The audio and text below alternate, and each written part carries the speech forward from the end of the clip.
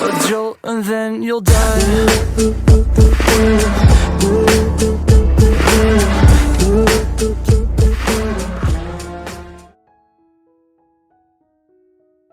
Hey guys, welcome back to my channel. और आप सुन रहे थे मेरे साथ हाँ ये मोहब्बत है। हाँ ये मोहब्बत है भाग 6। जीजू के मुंह से साले साहब सुनकर अक्षत की नींद एकदम से खुल गई। उसने जीजू से दूर होते हुए कहा, सॉरी जीजू, वो मैं समझा मीरा है। हाँ साले साहब, जब से तुम्हारी शादी हुई है तब से हर जगह तुम्हें मीरा ही नजर आती है। जीजू ने अक्षत की टांग खींचते हुए कहा, क्या जीजू आप भी? अच्छा ये बताइए कब आए आप लोग? अक्षत ने बेड से नीचे उतरकर टी शर्ट पहनते हुए कहा, काफी देर पहले, लेकिन तुम्हें तो कोई खबर ही नहीं है। चलो नीचे सब बैठे हैं हॉल में, सोमित ने कहा तो अक्षत उनके साथ कमरे से बाहर चला आया। चलते चलते जीजू ने अक्षत के कंधे पर हाथ रखा। हालांकि अक्षत इंदौर में एक बहुत बड़ा क्रिमिनल लॉयर था, लेकिन जीजू के लिए वह आज भी उनका छोटा साला था। जीजू ने अक्षत की ओर देखा तो भवें उचकाई। जवाब में अक्षत ने ना में गर्दन हिला दी और मुस्कुरा दिया। जीजू ने सीढ़ियां उतरते हुए कहा, वैसे मुझे लगा था शादी के बाद तुम सुधर जाओगे, लेकिन तुम्हारी आदतों में कोई सुधार नहीं है साले साहब। कैसे? अक्षत ने पूछा। टाइम देखा है, अभी तक सो रहे थे, जीजू ने कहा। रात में देर तक जाग रहा था ना, इसलिए, वरना आजकल 5 बजे उठ जाता हूं मैं, अक्षत ने अपनी तारीफ में कहा। दोनों हॉल में चले आए। अक्षत ने आकर तनु के पैर छुए और उनके बगल में बैठते हुए कहा, लगता है जीजू पर कंट्रोल नहीं रहा आपका। बढ़ती उम्र के साथ ऐसे ही होता है, तनु ने फुसफुसाते हुए कहा तो अक्षत और तनु दबी हंसी हंसने लगे। जीजू भी आकर उनके सामने बैठ गए। काव्या ने अक्षत को देखा तो उसकी ओर चली आई और कहा, मामू। अक्षत ने काव्या के गाल पर किस किया और कहा, हाय मेरा बच्चा कैसा है? फर्स्ट क्लास मामू। मेरी चॉकलेट कहाँ है? काव्या ने कहा, शाम को निधि मौसी की सगाई है ना, उसमें ढेर सारी चॉकलेट्स खाना तुम, ठीक है? अक्षत ने काव्या को बहलाने के लिए कहा, क्योंकि सुबह सुबह वहां चॉकलेट्स कहां से आती। काव्या ने सुना तो खुश हो गई और वापस चिकू के साथ खेलने लगी। दादू अर्जुन को लेकर डॉक्टर के पास चले गए। हॉल में जीजू, अक्षत, तनु थे और फिर निधि भी आकर बैठ गई। मीरा अक्षत के लिए चाय ले आई। उसने अक्षत को चाय दी तो जीजू ने कहा, क्या बात है मीरा, अक्षत के कहे बिना ही चाय? मीरा ने कुछ नहीं कहा, बस मुस्कुरा दी। अक्षत ने चाय का घूंट भरा और कहा, जीजू हमारे रिश्ते में यही बात तो सबसे बेस्ट है कि मुझे कब क्या चाहिए होता है, मीरा को सब पता रहता है। भाई ये सुनकर तो ना मुझे तेरी किस्मत से जलन हो रही है, जीजू ने कहा। तो जलते रहिए, बाकी मीरा तो मेरी ही रहेगी, अक्षत ने प्यार से मीरा को देखते हुए कहा। मीरा बेटा जरा यहां आना। राधा की आवाज देने पर मीरा उनकी ओर चली गई। राधा मीरा को लेकर अपने कमरे में आई और एक डायरी पेन देकर उन सब के नाम लिखने को कहा जो आज शाम सगाई में आने वाले थे। राधा एक एक करके नाम लिखवाते जा रही थी और मीरा लिखते जा रही थी। एक नाम पर आकर राधा रुक गई तो मीरा ने कहा, क्या हुआ माँ? मीरा, अगर तुम्हें बुरा ना लगे तो आज शाम की सगाई में मोनालिसा के घर वालों को भी बुला ले। देखो बेटा, अक्षत और तुम्हारे साथ उसने जो भी किया वो गलत था, लेकिन उसमें इसके मम्मी पापा की क्या गलती? उनसे तो हमारे रिश्ते अच्छे हैं ना। आशु से पूछूंगी तो वो गुस्सा करेगा, लेकिन तुम्हारी बात तो वो कभी नहीं टालेगा, राधा ने कहा तो मीरा ने अपना हाथ उनके हाथ पर रखा और कहा, माँ आपको जैसा ठीक लगे आप वैसा कीजिए, अक्षत जी गुस्सा नहीं होंगी, हम उनसे बात करेंगे। थैंक यू बेटा। अच्छा मैं उनसे कहकर इन सबको इनवाइट करवा देती हूँ, तुम आशु से जाकर कह दो नहा ले, उसके बाद शाम में गेस्ट हाउस भी जाना है, राधा ने कहा तो मीरा वहां से चली गई। अक्षत नहाने चला गया। जीजू भी नहाकर आ गए और अक्षत के साथ गेस्ट हाउस के लिए निकल गए। निधि तनु के साथ पार्लर चली गई। काव्या और चीकू नीता के साथ उसके कमरे में थे। दोपहर तक अर्जुन और दादाजी भी वापस आ गए और दादाजी के चेहरे पर आज मुस्कान कुछ ज्यादा ही थी। राधा ने देखा तो उनके पास आकर कहा, क्या बात है पापा जी, आज आप बड़ा खुश नजर आ रहे हैं। अरे माँ होंगे क्यों नहीं, आज डॉक्टर साहब ने दादू को हरी झंडी दिखा दी। अर्जुन ने पीछे से आते हुए कहा। मतलब? राधा ने हैरानी से पूछा। मतलब ये कि मेरे सारे टेस्ट नॉर्मल है। खामखा तुम लोगों ने मुझे बीमार समझ रखा था। न जाने क्या क्या खिलाया मुझे।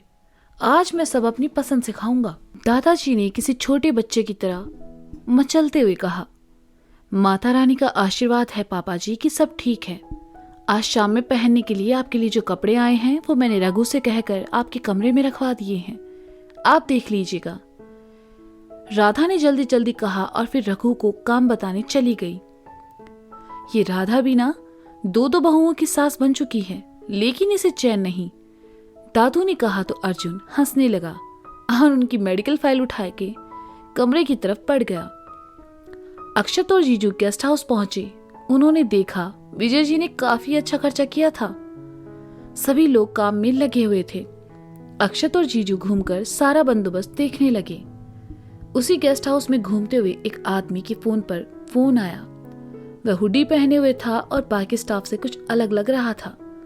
उसने फोन उठाया और साइड में आकर कहा, हेलो, मैंने तुम्हें वहां घूमने के लिए नहीं भेजा है, काम हुआ कि नहीं? दूसरी ओर से किसी औरत की नफरत भरी आवाज गूंजी। मैडम थोड़ा पेशेंस रखो, मैं अपना काम जानता हूं और वक्त पर पूरा भी कर दूंगा, बस आप बार बार मुझे फोन करके परेशान मत कीजिए। आदमी ने झुंझलाकर कहा, लिसन, मुझे किसी तरह का बखेड़ा नहीं चाहिए। आज वो मीरा इस दुनिया से दफा हो जानी चाहिए, समझे तुम? कहकर औरत ने फोन काट दिया। हो जाएगा, आप बेफिक्र रहिए, मैं ऑलरेडी अपना काम कर चुका हूं। आज की शाम मीरा की आखिरी शाम होगी। कहकर आदमी ने फोन काट दिया और जेब में रखकर वहां से चला गया।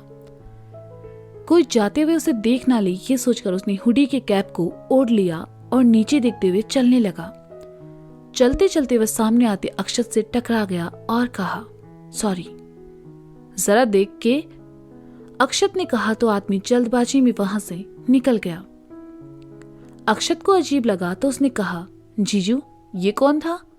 स्टाफ से तो नहीं लग रहा, और इतना जल्दी में क्यों था? क्या यार आशु, जब से वकील बने हो हर किसी पर शक करने लगे हो। अब चलो, मौसा जी का फोन आया था, सगाई वाले हॉल का अरेंजमेंट देखना है। कहते हुए जीजू अक्षत के साथ आगे बढ़ गए। अक्षत ने पलटकर एक नजर उस आदमी पर डाली और फिर जीजू के साथ चला गया। हॉल में आकर जीजू ने देखा हॉल के बीचों बीच कपल चेयर रखा हुआ था और चारों ओर बाकी सबकी बैठने का इंतजाम। निधि और हनी के कपल फोटो के चारों ओर बड़े बड़े पोस्टर लगे हुए थे। अक्षत ने देखा तो खुश हो गया। वह हॉल काफी खूबसूरत था। अक्षत ने जैसे ही ऊपर देखा उसकी नजर कपल चेयर से बिल्कुल ऊपर लगे झूमर पर पड़ी, जो कि दिखने में काफी खूबसूरत था और काफी महंगा भी लग रहा था। अक्षत ने जीजू से कहा, जीजू ये देखिए। वाव यार, ये तो बहुत सुंदर है। निधि तो ये सब देखकर खुश हो जाएगी। जीजू ने भी झूमर देखकर कहा। वेटर जीजू और अक्षत के लिए कोल्ड ड्रिंक ले आया। दोनों अपना अपना ग्लास लेकर सोफे पर आ बैठे। अक्षत सोचने लगा और फिर तस्वीर देखते हुए कहा, ये बेटियां कितनी जल्दी बड़ी हो जाती है ना। मैं बहुत छोटा था जब निधि का जन्म हुआ। दिन भर उसे गोद में लेकर घूमता था। कितनी ही बार मैंने उसके बाल खींचे, उसे चिढ़ाया और परेशान किया होगा, और आज देखो वो इतनी बड़ी हो गई कि शादी करने जा रही है। कहते कहते अक्षत थोड़ा भावुक हो गया, जैसा कि हर भाई के साथ होता है। जीजू ने देखा तो कहा, अरे आशु, तुम तो सेंटी हो गए यार। निधि को बहुत अच्छा लड़का मिला है, देखना वो उसका बहुत ख्याल रखेगा। अक्षत ने अपनी आंखों के किनारे साफ करते हुए कहा और कोल्ड ड्रिंक पीने लगा। सब इंतजाम हो चुके थे और दोपहर के खाने का वक्त भी हो चला था। जीजू और अक्षत ने वहीं थोड़ा बहुत खा लिया और फिर कपड़े चेंज करने घर चले आए। निधि पार्लर में ही थी, उसका मेकअप चल रहा था। उसकी कुछ सहेलियां भी उसके साथ थी और तनु भी। जीजू तैयार होने चले गए। दादू दादी और राधा तैयार थे, इसलिए विजय जी उन्हें लेकर गेस्ट हाउस निकल गए। अर्जुन पहले से गेस्ट हाउस में था और आने वाले मेहमानों की आओ भगत कर रहा था। मीरा तैयार हो चुकी थी। उसने गोल्डन मिक्स ग्रीन रंग का बहुत ही खूबसूरत लहंगा पहना था और साथ में मैचिंग ज्वेलरी भी। वह हमेशा की तरह बहुत प्यारी लग रही थी। नीता ने चीकू और काव्या को तैयार कर दिया और खुद भी लहंगा पहनकर तैयार थी। जीजू भी अपना कुर्ता पजामा पहने हॉल में चले आए। अक्षत, जो कि कपड़े पहनने के मामले में हमेशा चूजे रहा है, उसे समझ नहीं आ रहा था कि क्या पहने। बाथरूम से निकलकर वह मीरा के पास आया और कहा, मीरा बताओ ना मैं क्या पहनूं। 1 मिनट, हम निकाल कर देते हैं, कहकर मीरा ने कबर्ड खोला और उसमें से अक्षत की फेवरेट वाइट शर्ट और साथ ही सी ग्रीन सूट निकाल कर दे दिया, जो कि मीरा की लहंगे से मैच कर रहा था। मीरा ने अक्षत से उन्हें पहनने को कहा तो अक्षत उसके पास आया और उसका चेहरा थाम कर कहा, तुम कितनी अच्छी हो। कहते हुए अक्षत ने जैसे ही मीरा को किस करना चाहा, मीरा ने उसके हाथ से अपना हाथ छुड़ाकर उसे पीछे करते हुए कहा, तैयार होकर नीचे आ जाइए। बेचारा अक्षत मन मारकर रह गया और साइड होकर कहा, शादी के बाद लड़कियां इतनी अनरोमांटिक क्यों हो जाती हैं। हम नीचे जा रहे हैं, जल्दी आइएगा, कहकर मीरा अपना पर्स उठाए वहां से नीचे चली गई। अक्षत ने कपड़े पहने और शीशे के सामने आकर तैयार होने लगा। जीजू, मीरा और बाकी सब नीचे थे और अक्षत का इंतजार कर रहे थे, लेकिन मजाल है वो आए। अर्जुन का फोन आ रहा था। उसने नीता और बाकी सबको आने को कहा। मीरा जाकर देखो ना देवर जी को, कहाँ बिजी है। नीता ने मीरा से कहा तो एक बार फिर वह ऊपर चली आई। जीजू ने बाकी सबसे चलकर गाड़ी में बैठने को कहा। मीरा ऊपर आई तो देखा अक्षत अपने कोट में टेम्पररी गुलाब का छोटा फूल लगाने की कोशिश कर रहा था, लेकिन लगा नहीं पा रहा था।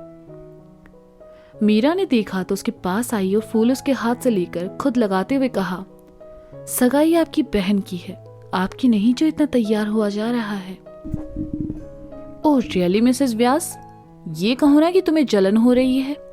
वहां सगाई में कहीं लड़कियों की नजर मुझ पर पड़ी और मैं किसी को पसंद आ गया तो। अक्षत ने मीरा को छेड़ते हुए कहा।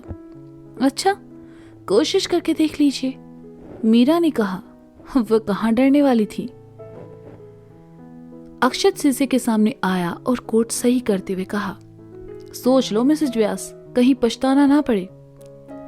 वो सब ठीक है, अगर अब हम नीचे नहीं चले तो जीजू चले जाएंगे और उसके बाद कहीं हम दोनों को पछताना ना पड़े। अब चलिए, मीरा ने लगभग अक्षत को खींचते हुए कहा। अक्षत और मीरा दोनों नीचे चले आए। जीजू ने दोनों को बैठने को कहा, गाड़ी स्टार्ट की और घर से निकल गए। घर की देखभाल के लिए विजय जी ने अपने ऑफिस के वॉचमैन को छोड़ दिया। सभी गेस्ट हाउस पहुंचे। हल्की शाम हो चुकी थी। सभी अंदर आए। मीरा और नीता सबसे मिली। कुछ देर बाद निधि भी तैयार होकर आ गई। वो बहुत सुंदर लग रही थी। हनी और उसके घर वालों के आने में अभी टाइम था। नीता के घर से भी उसके मम्मी पापा और भाई भाभी आए थे। नीता और अर्जुन उनमें बिजी हो गए। कुछ देर बाद मीरा के पापा अमर प्रताप सिंह वहां आए। उनके साथ उनके 2 नौकर भी थे, जिन्होंने शाही कपड़े से ढके 2 बड़े थाल हाथों में लिए हुए थे। उन्हें देखते ही विजय जी उनके पास चले आए और नमस्ते किया। अमर ने नौकरों से इशारा किया तो उन्होंने वो थाल साइड में रखवा दिए। उनकी शानो शौकत देखकर कुछ लोगों के मुंह खुले के खुले रह गए। नीता, अर्जुन, निधि ने भी आकर उनके पैर छुए। ये सब राधा के दिए संस्कार थे, जिन्हें उनके बच्चे आज भी नहीं भूले थे। अक्षत और मीरा ने देखा तो वे दोनों भी उनकी ओर चले आए। अक्षत और मीरा से मिलकर वे बहुत खुश हुए और मीरा के गाल को छूकर प्यार से पूछा, कैसी हो बेटा? हम ठीक है पापा, आप कैसे हैं? मीरा ने कहा, बस आपको देख लिया, आप तबीयत खुश है, शादी के बाद आप मिलने भी नहीं आई। अमर जी ने शिकायत करते हुए कहा, जल्दी ही आएंगे। मीरा ने कहा। विजय जी अमर जी को लेकर दूसरी ओर चले गए, जहां विजय जी के कुछ रिश्तेदार और मेहमान थे। हनी और उसके घर वाले आ चुके थे। अर्जुन, विजय जी और जीजू उनके स्वागत के लिए गए और उन्हें साथ लेकर आ गए। कोट पैंट में हनी बहुत ही स्मार्ट लग रहा था और उन्हें साथ लिए अकड़ में चल रहा था। निधि ने देखते ही हाथ हिलाकर हाय कहा। मीरा ने देखा तो निधि का हाथ नीचे करते हुए कहा, कंट्रोल निधि, क्या कर रही हो? यार मीरा को कितना स्मार्ट लग रहा है, निधि ने खुश होकर कहा। तुम कहो तो आज ही शादी करवा दे, मीरा ने निधि को छेड़ते हुए कहा तो निधि शर्मा कर चली गई। घूमते घामते अक्षत निधि के पास आया और कहा, आज तो तेरा बंदा चमक रहा है, सीधे सीधे कहो ना, आपसे ज्यादा स्मार्ट लग रहा है। आपको जलन हो रही है ना? निधि ने अक्षत को चिढ़ाते हुए कहा। अच्छा रुको, अभी क्लास लेकर आता हूं उसकी, कहकर अक्षत हनी की ओर चला गया। जैसे ही अक्षत हनी के बगल में आया, हनी ने कहा, कैसे हो अक्षत भैया? जीजू भी वहीं खड़े थे। हनी की बात सुनकर उन्होंने कहा, साले से सीधा अक्षत भैया, वाह। जीजा जी, अब मैं तो इन्हें साला। अक्षत ने घूरा तो हनी ने टोन चेंज कर दिया, मेरा मतलब साले साहब कह नहीं सकता, उस पर तो आपका कॉपीराइट है, इसलिए आज से मैं इन्हें भैया ही बुलाऊंगा, हनी ने कहा। जीजू और अक्षत एक दूसरे को देखने लगे। उनसे मिलने के बाद हनी आगे बढ़ गया। अक्षत जीजू की ओर आया तो जीजू ने अपनी कोहनी अक्षत के कंधे पर टिकाते हुए कहा, यार ये घोंचू तो हमसे भी 2 कदम आगे निकला। डोंट वरी जीजू, इसे भी देख लेंगे, कहकर अक्षत जीजू के साथ आगे बढ़ गया। तो दोस्तों ये था हाँ ये मोहब्बत है भाग 6। इसका अगला भाग आप जल्दी ही सुनेंगे मेरे साथ। तब तक के लिए शुक्रिया, बाय बाय, अपना ख्याल रखें और हाँ, सुनना ना भूले अक्षत मीरा की कहानी।